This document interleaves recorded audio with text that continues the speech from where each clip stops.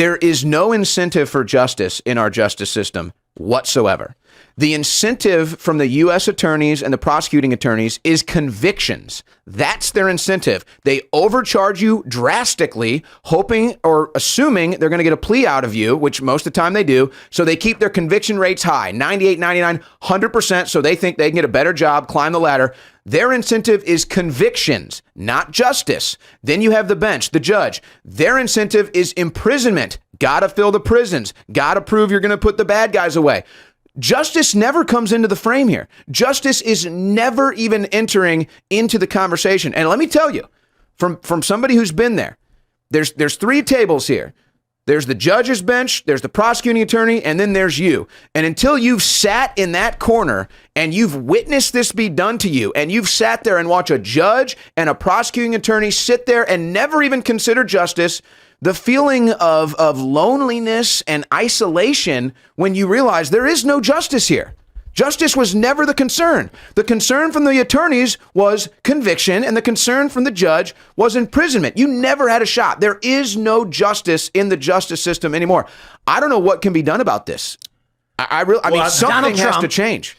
The first thing we need to consider is Donald Trump being elected next year, and then we'll see how things go. When did things change in the justice system? Are you guys familiar with change? Like when did it become it's less been pretty corrupt for a very long time. It's been like that forever. Yeah. I mean, I don't think probably our whole lives. Yeah, 100%. Like that's been what it is. I think it's just more blatant in that, look, the left plays to win. I make this point all the time, and this is, I think, why they're able to get the dubs it is that they're able to get, because they rely upon the people on the other side, even if it's like whether they're center or the right or whatever it is that you want to call them, where you still kind of have some sort of belief, there's some sanctity in sort of these institutions, whether it be from the police officers on up to the prosecutions. Like, this is the way we do things, and at the end of the day, morals will prevail, justice will prevail, and that's just not.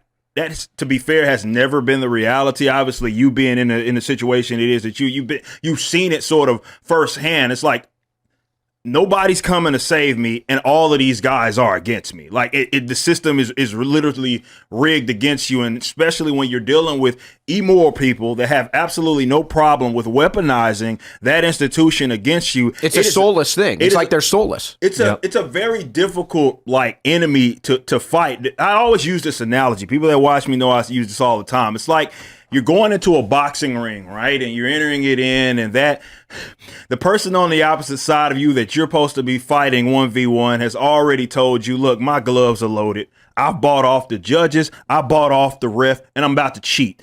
And what the instinct of the non-leftist is to still go into it with fairness, because we look at it like, well, this is how we're supposed to act. We don't want to be like the enemy. The problem is that the enemy has no problem kicking you in the midsection. They have no issues with doing that. So that's a harsh reality that we all kind of have to face. But I think once more people realize that, we can actually start to come up with some sort of solution and some sort of plan of attack. But people need to realize that this is how the justice system is aligned. This is the way that it is sort of rigged against you from the prosecution on up and on down. It's not there to serve justice. It's not there to sort of reach some sort of conclusion that is supposed to be the just one. That's not the way that it is designed. Well, this is why I think Vivek Ramaswamy's campaign is actually the most important campaign right now, even more so than Donald Trump's, because the right wing has always had this weird, and it kind of deals with, they want to support law enforcement, but